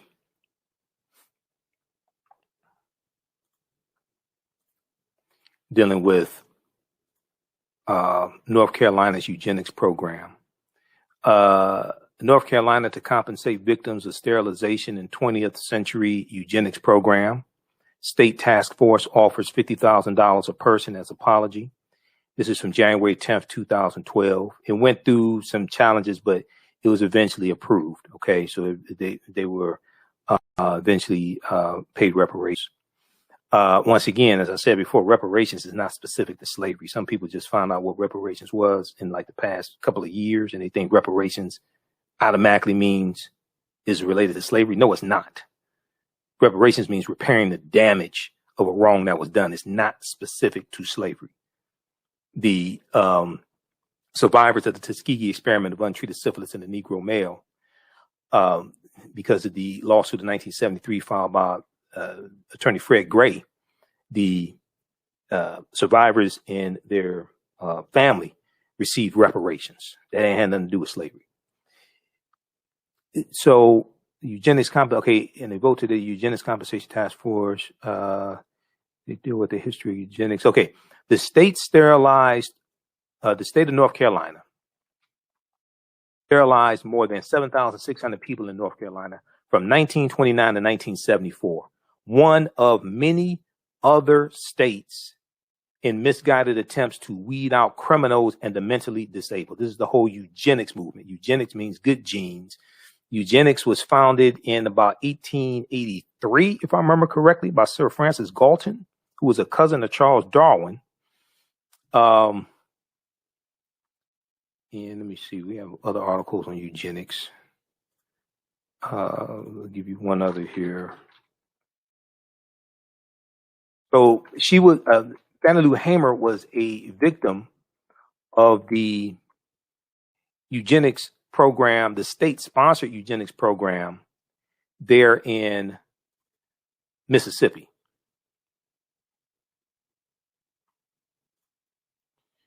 And let's see if we have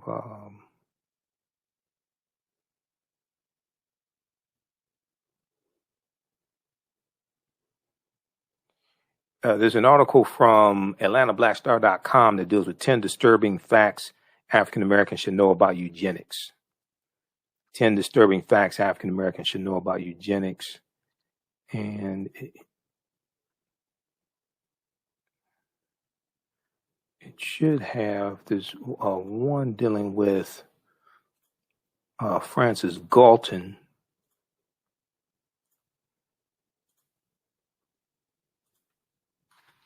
Francis Galton is the founder of eugenics. Okay, this is Britannica.com. I'm looking at my bookmarks on this.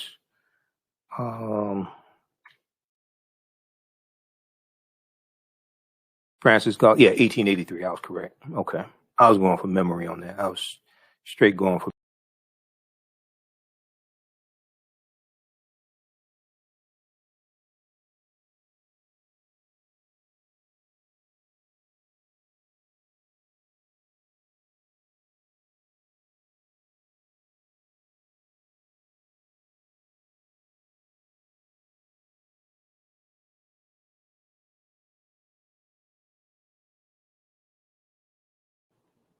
Okay, we should be back.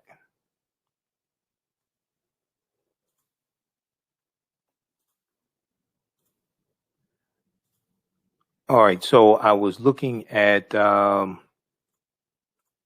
you all able to see this here, dealing with North Carolina? Okay, this is from ABC News. North Carolina to compensate victims of sterilization in 20th century eugenics program. This is from January 10th, 2012. January 10th, 2012. And if you scroll down, it talks about the state of North Carolina. The state sterilized more than 7,600 people in North Carolina from 1929 to 1974, one of many other states in misguided attempts to weed out criminals and the mentally disabled. Okay. The eugenics program, and they talk about Elaine Riddick in here. Okay. Elaine Riddick is also in the documentary My Alpha 21, 21st Century Black Genocide. So they talk about Elaine Riddick. She was a victim of the North Carolina state-sponsored eugenics program. If we look at this here from Britannica.com, Encyclopedia Britannica, on eugenics,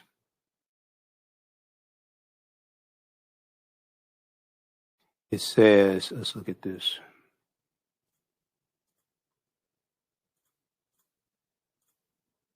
Okay, eugenics. Now, eugenics means good genes.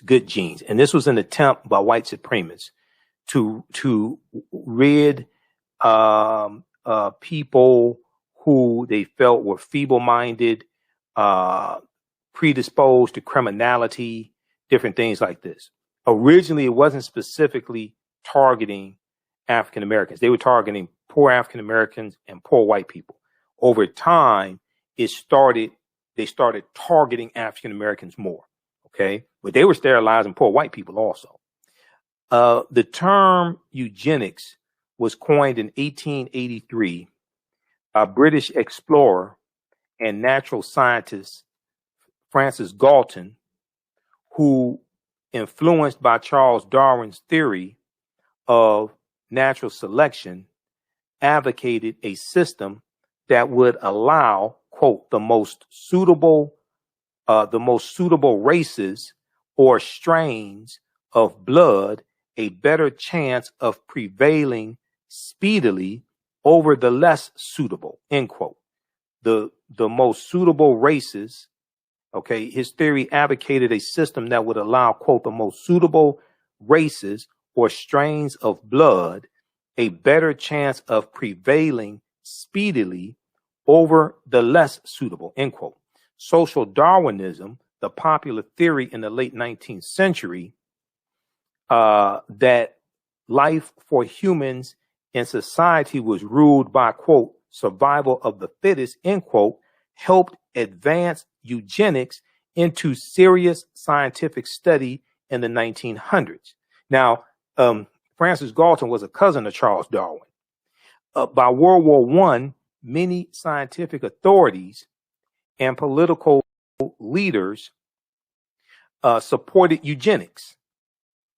However, it ultimately failed as a science in the 1930s and 1940s when the assumptions of eugenicists became heavily criticized, and the Nazis used eugenics to support the extermination of entire races. Because Adolf Hitler is studying what's taking place in the U.S. The Nuremberg laws are based upon the segregation laws here in this country, but the Nuremberg laws went even further. And the sterilization program that they instituted in Nazi Germany is based upon the sterilization program they had here based upon eugenics.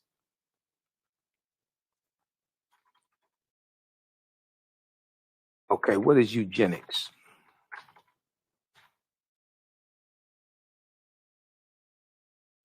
All right, so however it ultimately failed, this is why it's important to understand history.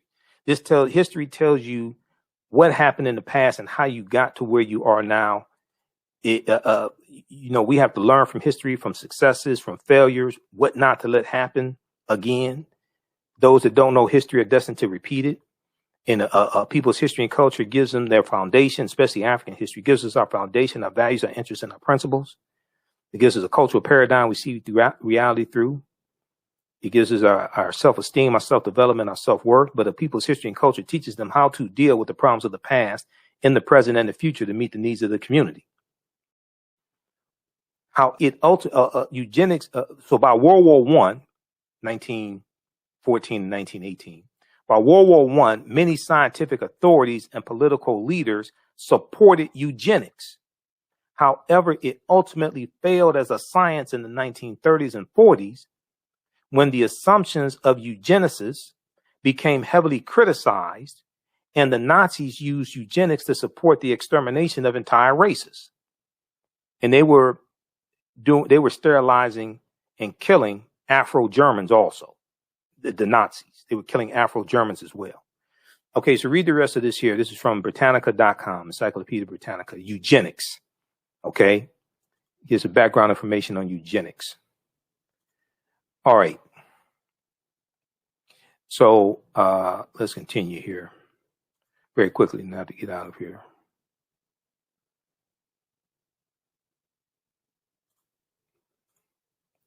Okay, we were looking at blackpast.org on Fannie Lou Hamer.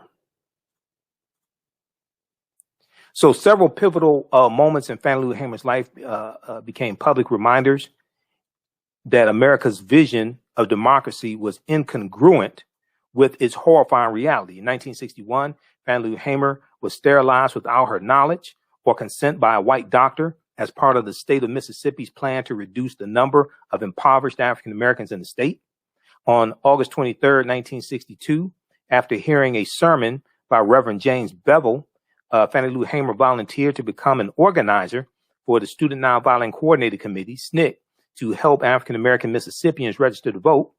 While she was traveling by bus on June 3rd, 1963, state law enforcement officers in Winona, Mississippi, took Fannie Lou Hamer and fellow activists to Montgomery County Jail, where they were beaten mercilessly. She testified that she was beaten until her body was hard, quote unquote. Body was hard. She suffered a blood clot, sustained damage to her kidney, and required a month to recover from the assault. Fannie Lou Hamer was not intimidated, and after her recovery returned to the effort to register and organize African American voters. In 1964, Fannie Lou Hamer became one of the state-wide leaders in the Freedom Summer Campaign, which brought hundreds of volunteers from across the nation to Mississippi to help with voter registration. It was during that summer campaign that three civil rights workers, James Chaney, Michael Schwerner, and Andrew Goodman, were killed by anti-black terrorists. It was the Ku Klux Klan that killed them. That was June 21st, 1964. They were killed. And the sheriff was a member of the Klan and tipped the Klan off to which direction that they went in after he released them from jail. Okay, that was June 21st, 1964. All right. So I know blackpast.org said anti-black terrorists, but this was the Klan that killed them. Let me pull this back up here.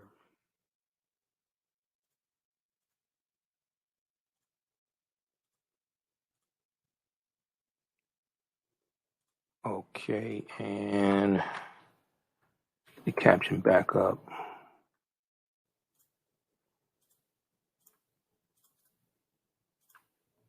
And we'll talk about Fannie Lou Hamer some more in some subsequent shows.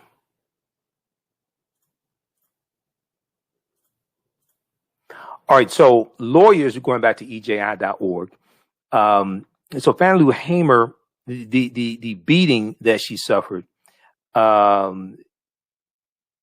led her to have permanent kidney damage, which contributed to her death in 1977 at age 59. Now, lawyers with the Student Nonviolent Coordinating Committee, SNCC, filed a lawsuit against the Winona police who brutalized the activists, but an all-white jury acquitted them, of course. An all-white jury acquitted them. They probably said the black people jumped up and beat themselves. That's probably what they said. Despite the trauma